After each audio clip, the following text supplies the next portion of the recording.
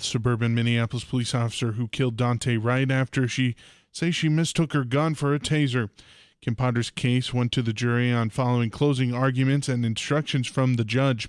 Potter, who resigned from the Brooklyn Center Police Force after killing Wright, shot the 20-year-old as she and other officers were trying to arrest him on an outstanding warrant during an April traffic stop. Prosecutor told jurors during closing arguments that the shooting was, quote, entirely preventable. Potter's attorney said she made a mistake and it wasn't a crime. A Maple Lake, Minnesota man died from a traumatic brain injury suffered when he fell 20 to 30 feet downstairs at U.S. Bank Stadium. The fall happened during the Vikings game on November 21st. Josh Engel left his seat to purchase concessions when he fell. Medical staff provided first aid on the scene before he was transported to Hennepin County Medical Center. He was in a coma for more than 3 weeks. When North Dakota lawmakers return to Bismarck for the 2023 legislative session, one topic that may come up is the state's medical marijuana program.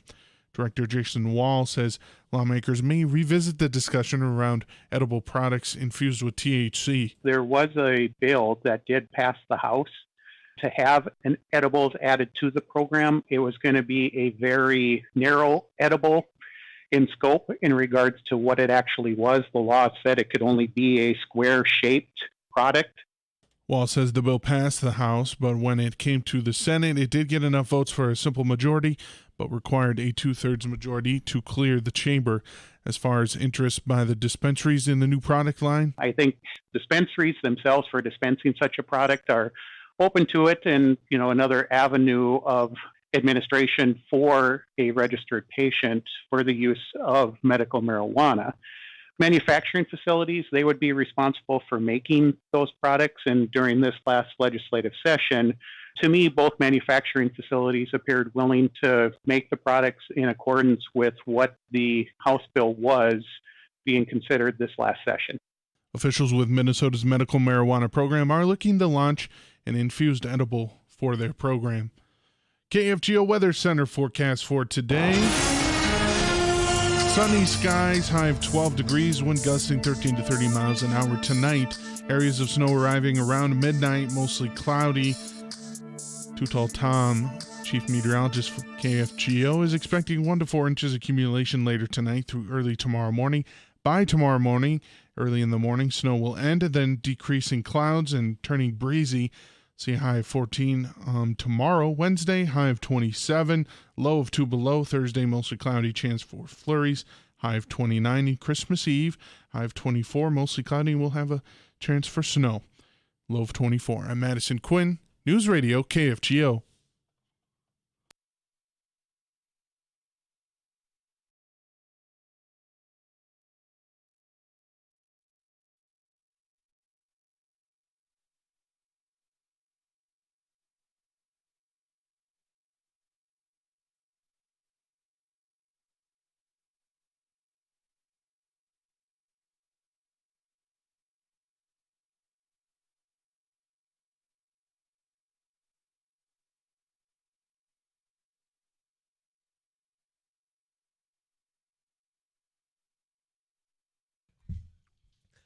Four days to get the Christmas shopping done, right?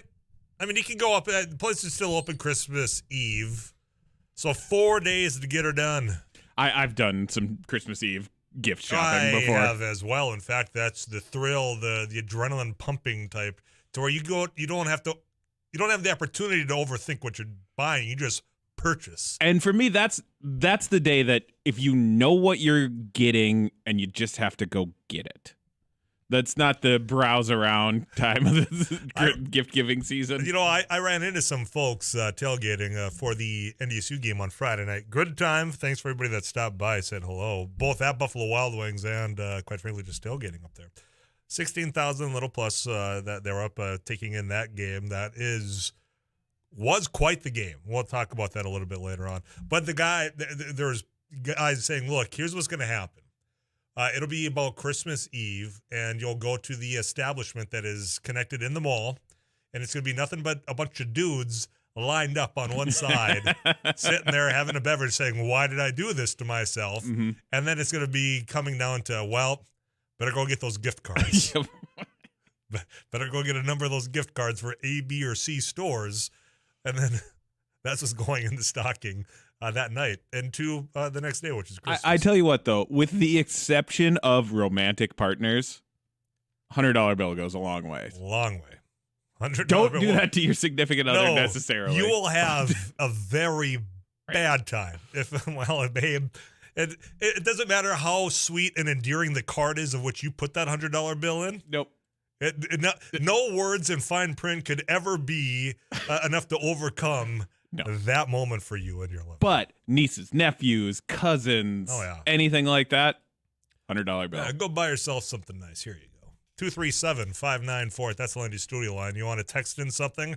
All day today, they're both opening at 35270. In fact, if you have a question for Paul Allen, the voice of your Minnesota Vikings, now is the time to send those in because we're going to be connecting with him in Chicago in just a few minutes' time here. You got the Vikings at the Bears tonight. You're going to catch that right here. Pre-game with PA is at 6 o'clock. You'll then hear him do the play calling. I think 7:15 is the kickoff. There is another NFL game starting at about 4 o'clock our time. I don't remember who. Is it the Raiders, Browns?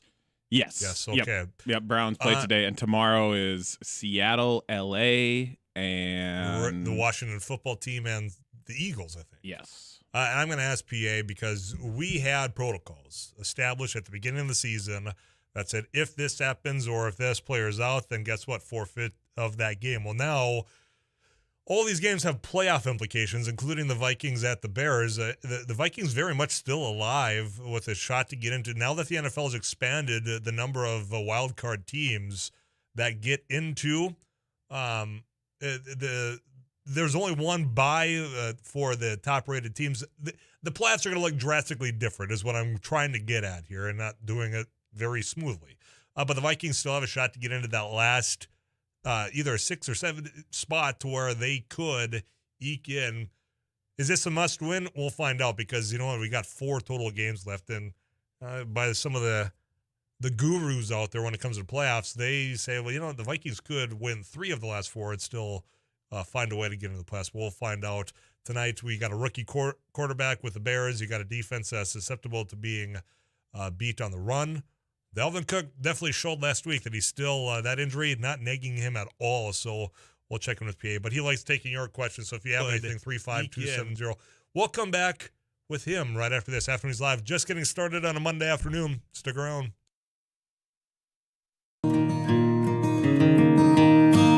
Why do I like ice fishing so much? I don't know. To me, it's just something I enjoy and just a hobby that I've been into for quite a few years. And I'm not necessarily good at it, but I enjoy it. It's fun.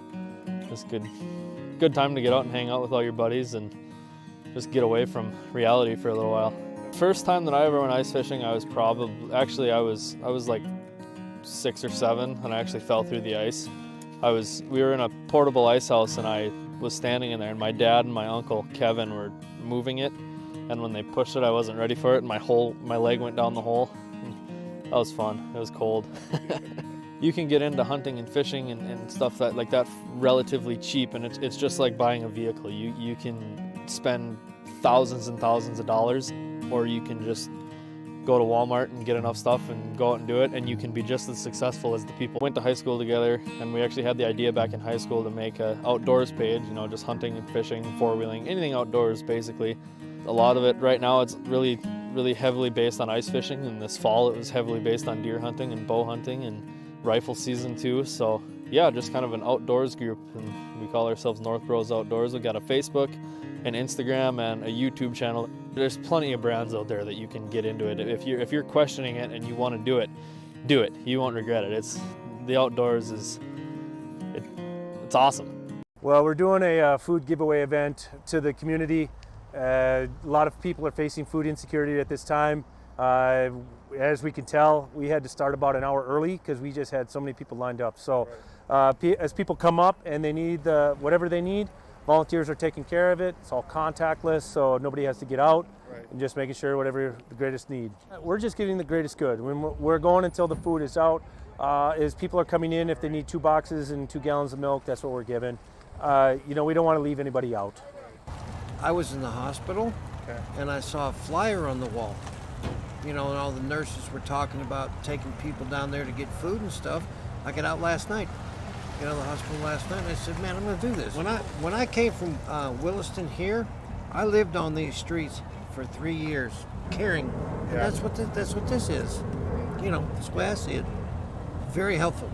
I think it's going to be very helpful because I know people that are doing without. I think it's truly remarkable how much need there is out there.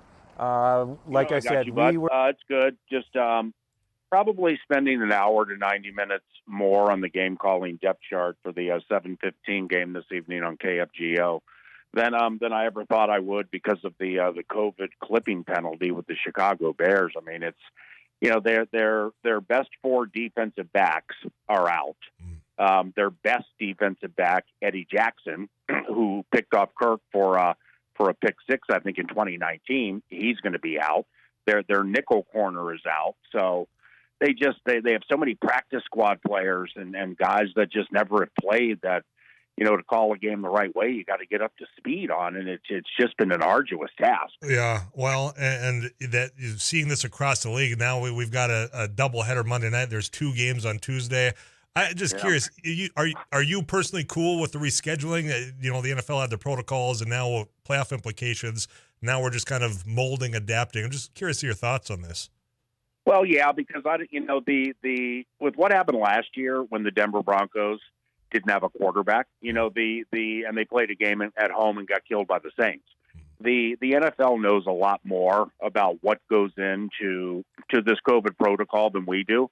And what I mean is there are many cameras in every facility that didn't used to be there. And, that is to make sure the unvaccinated are wearing masks and doing things the right way. And if they're not, they get fined $14,000. So like last year when the Broncos, had to use that, I forget the guy's name, Philip something or something, Walker, whatever. It's because they broke protocol within the quarterback's room, and Goodell in essence was like, well, I mean, you guys caused this. Okay. So therefore you're playing the game. So now the Vikings are in town in Chicago. I guess the game could be postponed until tomorrow, but with their practice squad and with players they have coming back from injury, they're able to field a team. So, I mean, it's just so deep and so complicated, but nevertheless, we will have a game tonight. Well, very good. Let's get into that game because you mentioned how depleted that defense is for the Bears, and they were vulnerable in the first place when it comes to some of the abilities I think that the Vikings are going to be bringing to the field. Dalvin Cook proved that that injury didn't set him back at all. Played phenomenal against the Steelers. You've got, as you talk about the cornerbacks being down to practice squad, there's an opportunity for this offense to really light up the field tonight, PA. Well, there's an opportunity, but I mean, let's be realistic. Some of the players playing for Chicago, nose tackle Eddie Goldman, defensive lineman Akeem Hicks. They got this cat named Bilal Nichols, who sacked Kirk twice last year, and they got Robert Quinn off the edge with 14 sacks. So these guys, if for a 4-9 team, if you were going to get 95% from them on Monday Night Football, now you're going to get 98. And it really doesn't matter who's in the secondary, honestly, if their defensive line is wrecking the game. Now Darisaw returns tonight, so that'll help. And, but with that said, the Vikings should, over the balance of the game, be able to throw the ball all over the Chicago Bears. It may not happen initially, and Dalvin in 5 against Chicago averages like 68 yards a game. So Dalvin has not blown up ever against the Bears. He might tonight. His backup Madison is out because of COVID protocol, and the 3 that we have out tonight because of COVID, Madison, punt returner and receiver Dede Westbrook, and receiver gunner Dan Chisena. Not having the Penn State track star as a gunner, that's a big deal because their punt returner, Jakeem Grant's the best in the NFL. And he's the only guy to have a punt return touchdown this year.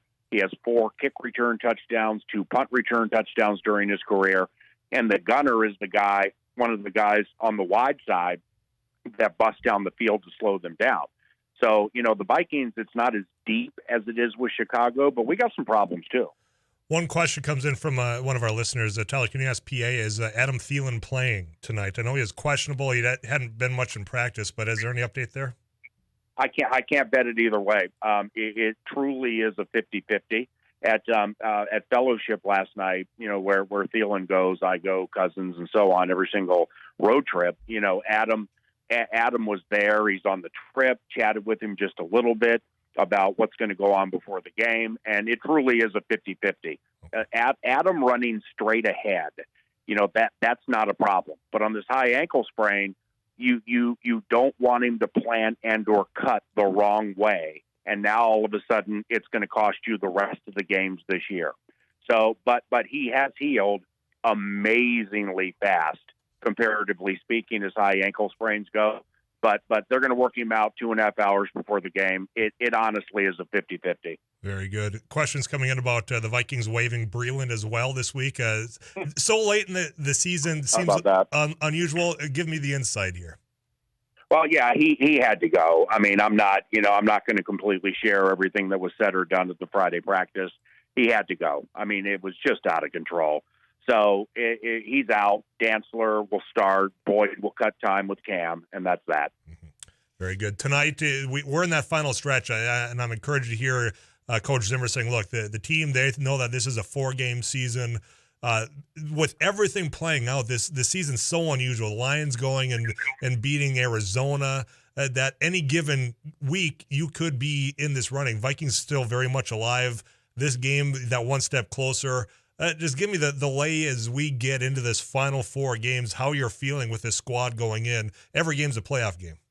Well, the Saints shutting out the champs Correct. With Taysom Hill at quarterback is astounding. Specifically at Tampa Bay. And we've had conversations all season, Tyler, about Detroit, and it's starting to come to pass, man. Mm-hmm. I'm telling you, that coach has them just fighting tooth and nail every second of the game. And I'm just really, really impressed with Dan Campbell. We saw it when they beat us, and Arizona learned about it yesterday.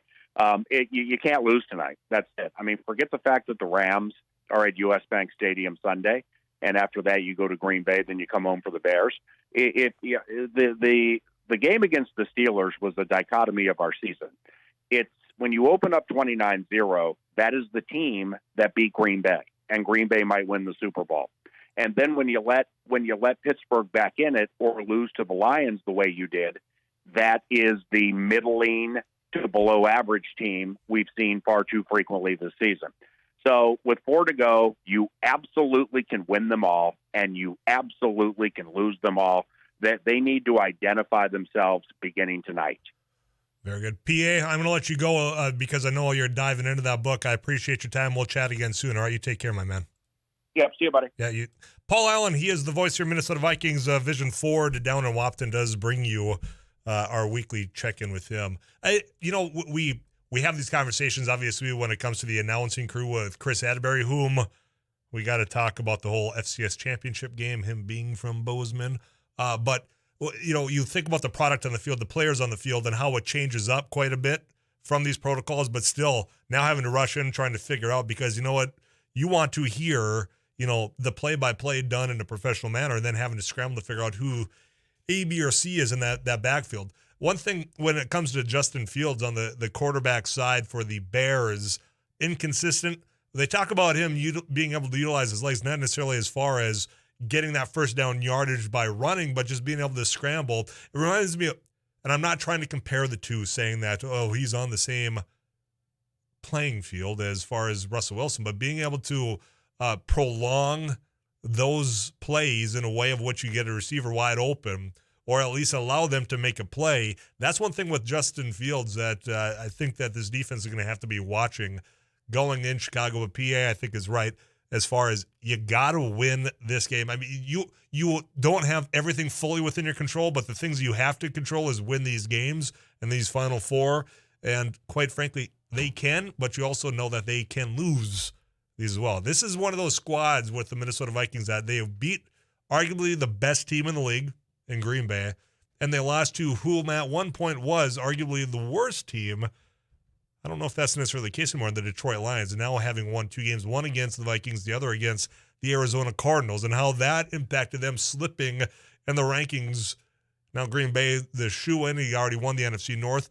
But this whole thing, very unpredictable. That's why I'd encourage you, check out that pregame tonight, 6 o'clock, and then you'll hear that kickoff at 7:15, Vikings at Chicago, right here on your home for the Vikings, KFGO. Want to thank again Vision Ford for allowing us to chat with PA. When we come back, everything's on the table. The online threats that were happening from TikTok to schools. How are parents, how are you monitoring your child's use of social media? I want to talk about that. I want to talk about the Kim Parda trial, which is now in the hands of the jury. Did they overcharge when it comes to that the murder charge? We'll talk about that. Also, the North Dakota Republican Party. There's some infighting going over there. We'll break that down and so much more coming up. I'm Tyler Axis. Stick around.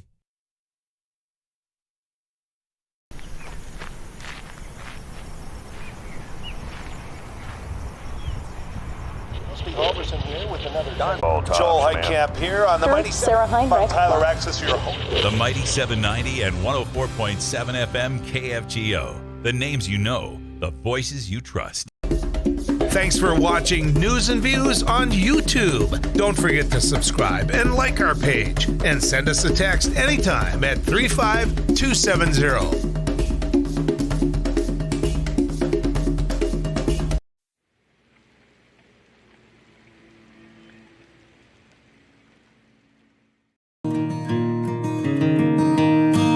Why do I like ice fishing so much?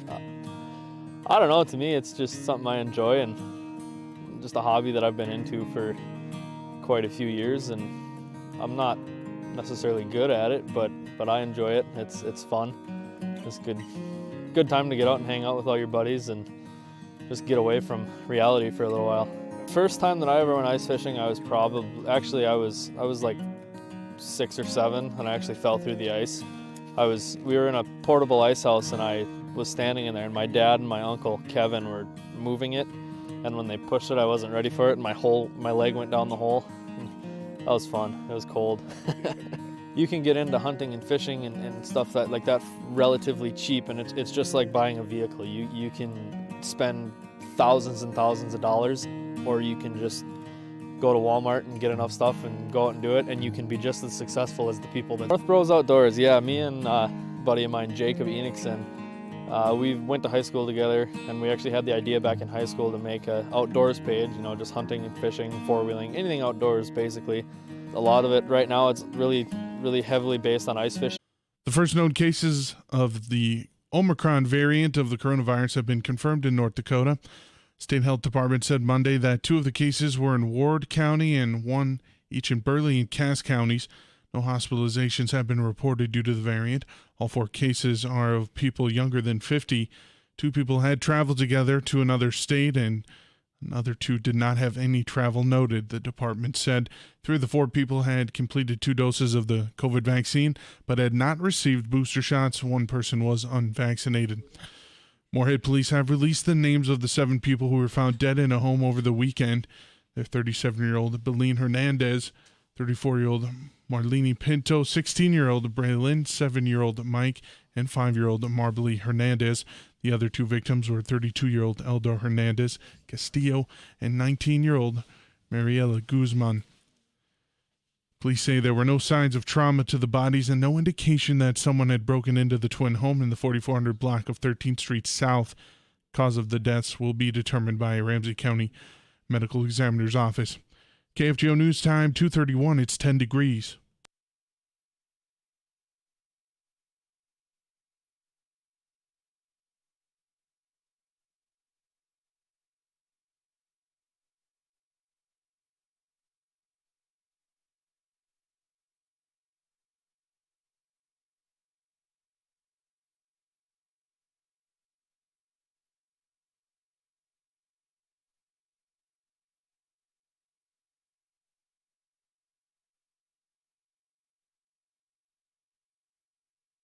KFGO News Time, 2:32. Currently sunny skies, 10 degrees in Fargo-Moorhead. A line of severe thunderstorms and tornadoes that swept across the north-central U.S. last week have been classified by the National Weather Service as a serial derecho, the first on record in December. At least 45 tornadoes have been preliminarily confirmed in the December 15th storms that crossed the Great Plains and the Midwest amid unseasonably warm temperatures. Nebraska, Iowa, and Minnesota took the brunt of the damage. 5 deaths were blamed on the weather. The derecho shares similarities to a hurricane, but it has no eye and its winds come across in a line. Similarity is in the damage, which is likely to spread over a wide area.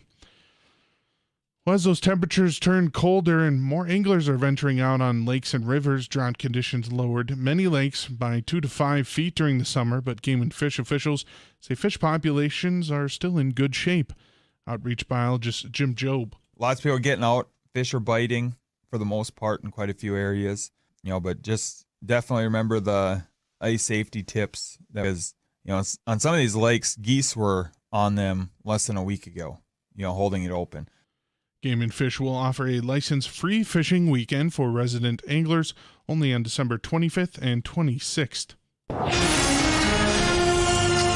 KFGO Weather Center forecast for today, high of 12, sunny skies. Wind is gusting 13 to 30 miles an hour. Tonight, we'll see areas of snow moving in around midnight, mostly cloudy. We'll have a low of 2 tomorrow. That snow will end in the morning, then decreasing clouds and breezy, high of 14. Wednesday, partly sunny, high of 27. Thursday, mostly cloudy. Chance for flurries, a high of 29. I'm Madison Quinn, News Radio, KFGO.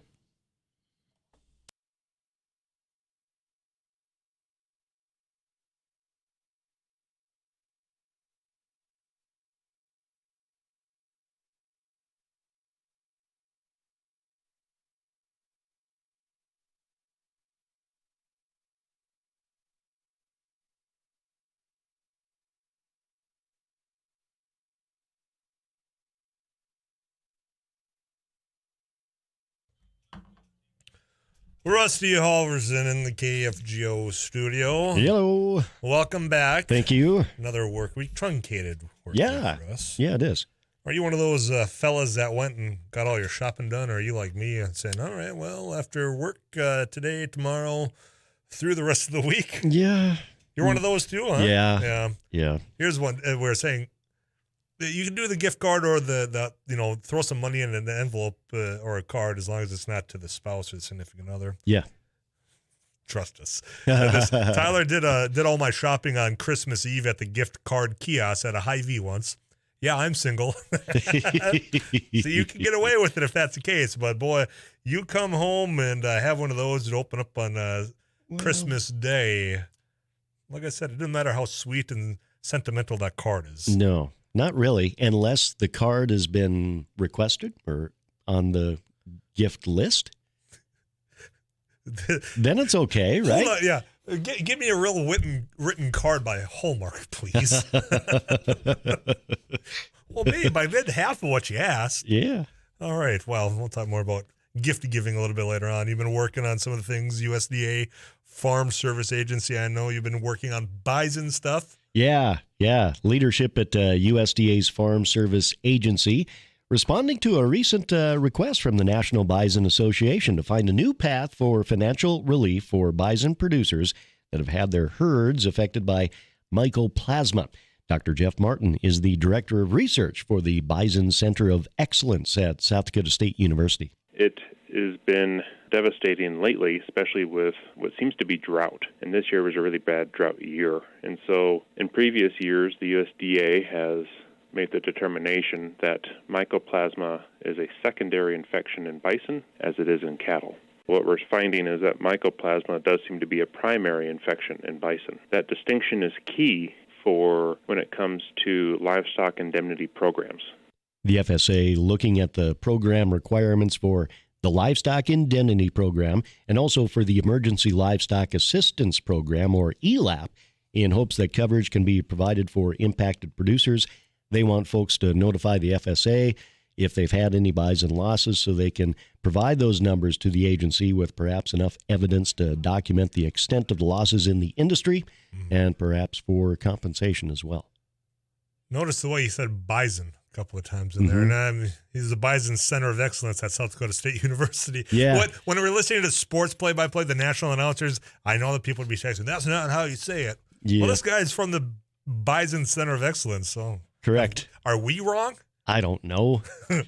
Have we been saying it wrong this entire time? I don't know. People think we talk funny to begin with. I know. And then Oh, you got that North Dakota accent, huh? Yeah. What? No.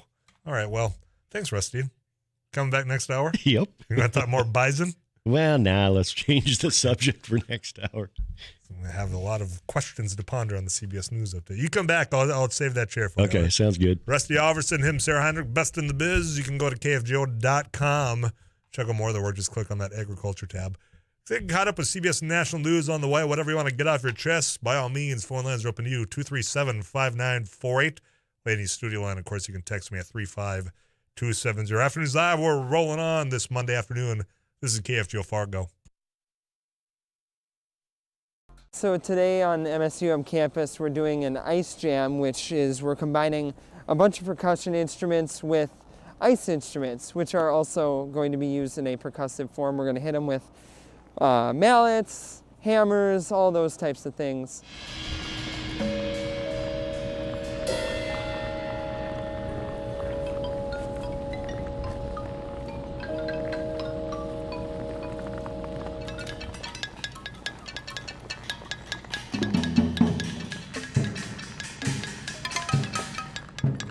Today is all improv, so we're all just kind of working with ideas that we just kind of think of as we go, and we kind of play off each other, and it's fun to collaborate, but also have a sense of independence.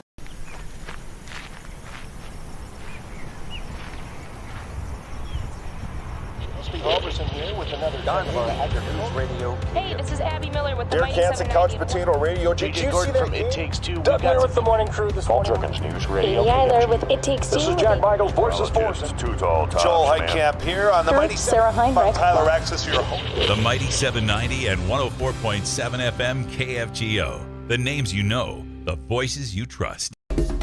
Thanks for watching News and Views on YouTube. Don't forget to subscribe and like our page. And send us a text anytime at 35270.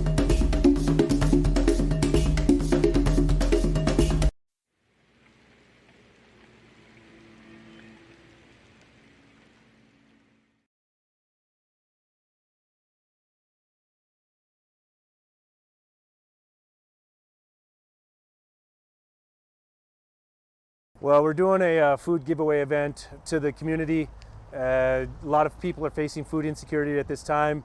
As we can tell, we had to start about an hour early because we just had so many people lined up. So as people come up and they need whatever they need, volunteers are taking care of it. It's all contactless, so nobody has to get out, and just making sure whatever the greatest need. We're just giving the greatest good. When we're going until the food is out. As people are coming in, if they need 2 boxes and 2 gallons of milk, that's what we're giving. We don't want to leave anybody out. I was in the hospital, and I saw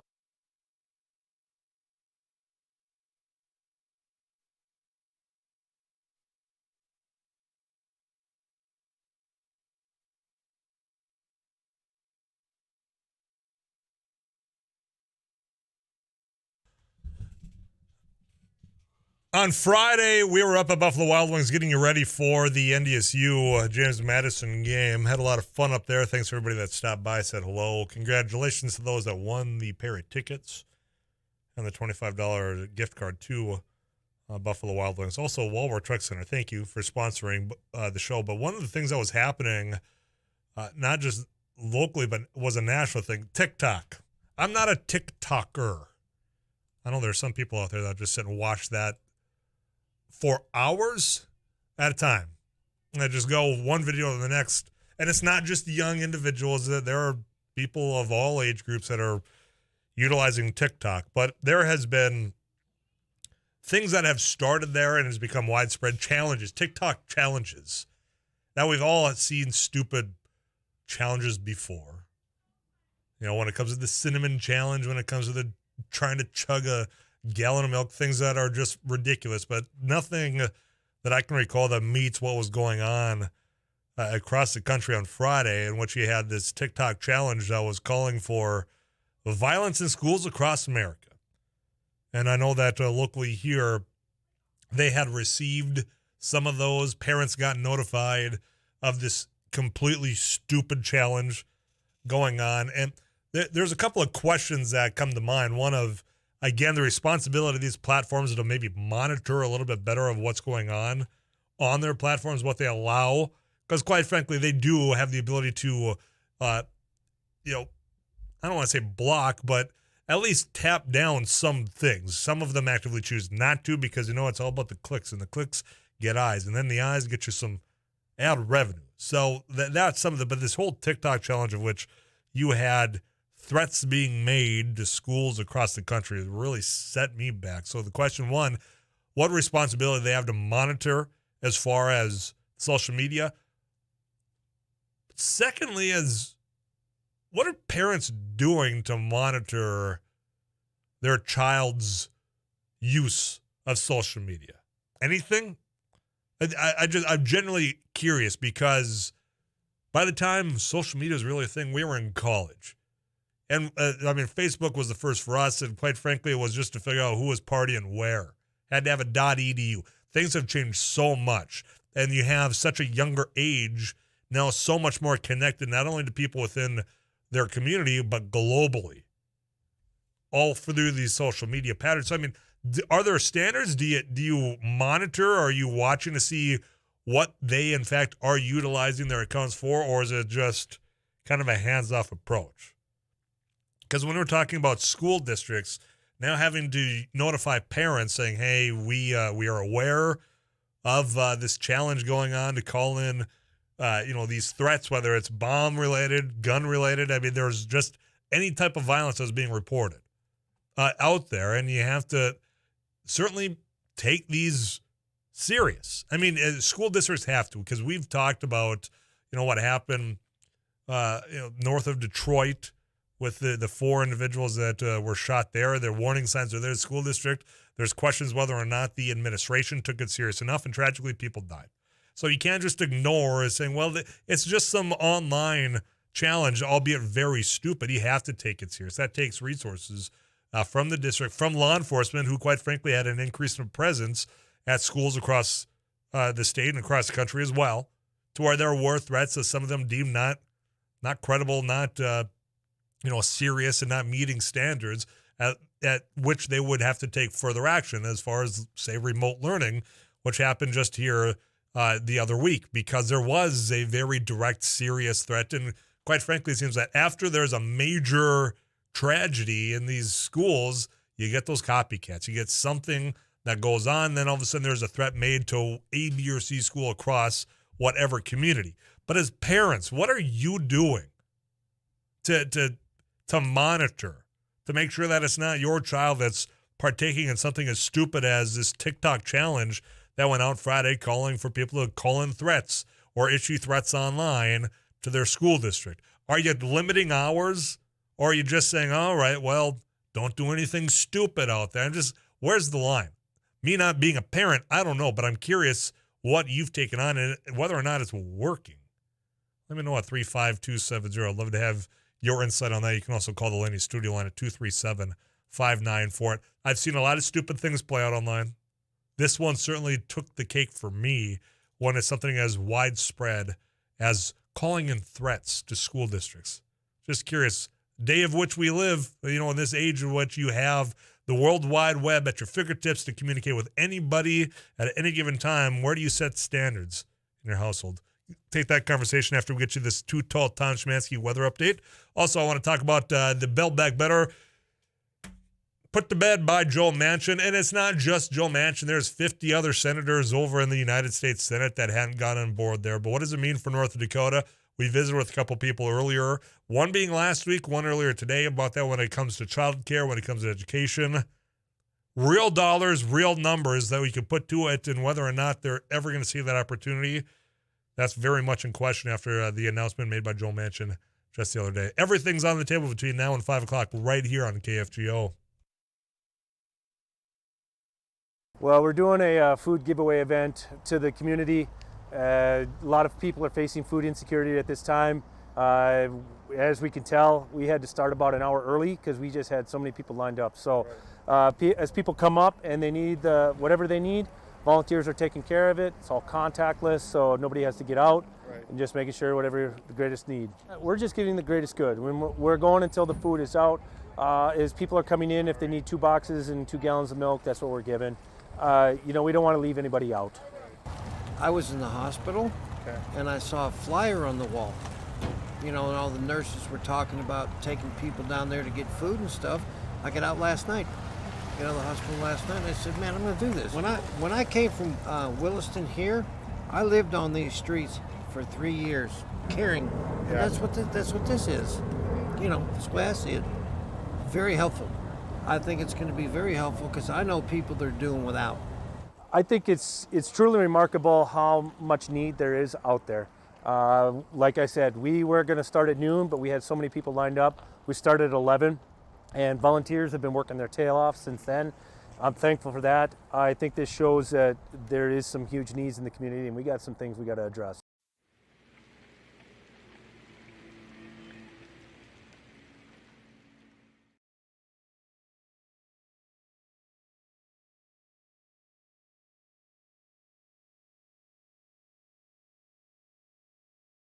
So today on MSUM campus, we're doing an ice jam, which is we're combining a bunch of percussion instruments with ice instruments, which are also going to be used in a percussive form. We're going to hit them with mallets, hammers, all those types of things.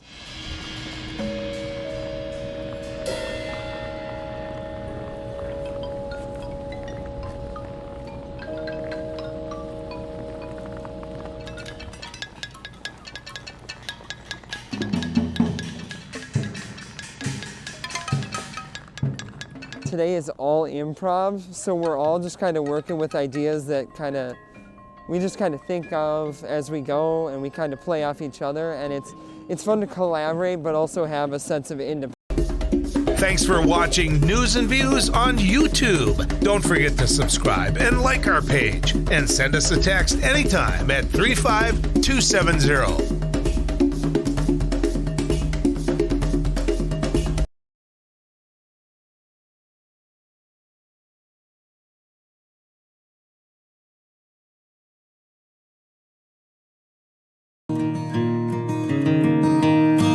Why do I like ice fishing so much? I don't know, to me it's just something I enjoy and just a hobby that I've been into for quite a few years, and I'm not necessarily good at it, but I enjoy it. It's fun. It's good time to get out and hang out with all your buddies. Until we get you caught up with some CBS and national news headlines, one of the things we're probably going to be hearing is about the press secretary of the White House just having a conversation with reporters. Daily press briefing about Joe Manchin, Build Back Better. He comes out on Fox News this weekend, says, I'm a no on that whole Build Back Better thing, the 1 point whatever trillion it was. And he had been negotiating apparently directly with the White House. And the way it comes out now, because Joe Manchin was on a West Virginia radio station earlier today and seemingly blamed White House staff and the way they interacted with him for his reasons to not be in support of this package. Now, we need to educate ourselves a little bit more on what's inside that bill. We're going to do that here in a little bit. We visited with Nick Archuleta earlier today. We'll have that conversation played back. Also, we did visit with some individuals regarding childcare last week, but boy, how things have changed. They were wanting to get something done by Christmas. I said, there's no way that's going to happen, as we were watching it already being the 20th of December here. Let alone saying, well, if it's not Christmas, maybe by the end of the year, there was just no way it was going to get there. I don't know that I'm necessarily surprised with this position by Joe Manchin. Certainly not surprised at all by the 50 other Republican senators that were never going to attempt to get anywhere anyway. But Joe Manchin now is in the eyes of the storm, so to speak, against this Build Back Better, because it was a Democratic senator, the one that now seemingly halted that. But to blame it on interactions with staff at the White House as being the final straw seems pretty petty to me, if that's in fact the final straw for him. That it was interaction with lower level staff at the White House being too pushy, that seems a little diva-ish to me. Now, if you have legitimate issues with A, B, C, D, or E inside this bill, by all means, okay. One of those seemed to be the child care tax credit, which some of you have taken advantage of, and that's perfectly fine. It helped out with those that have children across the country. And why that may have been the sticking point at some given point for Joe Manchin. I don't understand why that, of all things, was part of that. But if it really just was that final shot because some staff was being too pushy, that's something I do take issue with when it comes to now standing in the way of it, even advancing parts of this, any given part. There are things and there are opportunities, I do believe, that you can piecemeal this out because there are some important things when it comes to education, when it comes to getting, some of that social spending, which I know people said, Tyler, just talk about socialism there. But those programs that do have a return on investment, it's something that we don't quite frankly talk about enough. And you invest in that pre-K education that helps set that child up when it comes to that kindergarten entrance, which they are now ahead of the curve and not playing catch up. And then what they can do is succeeding when it comes to the public education throughout high school. And then if they choose to go on to whether it's a tech school or to a university or a college, you have set them up to succeed. And that success then, you know what, that comes back full circle. Has somebody productive in the workforce, has somebody that's able to make a little bit more money, then they in turn spend a little bit more money, maybe at your business, maybe in your community.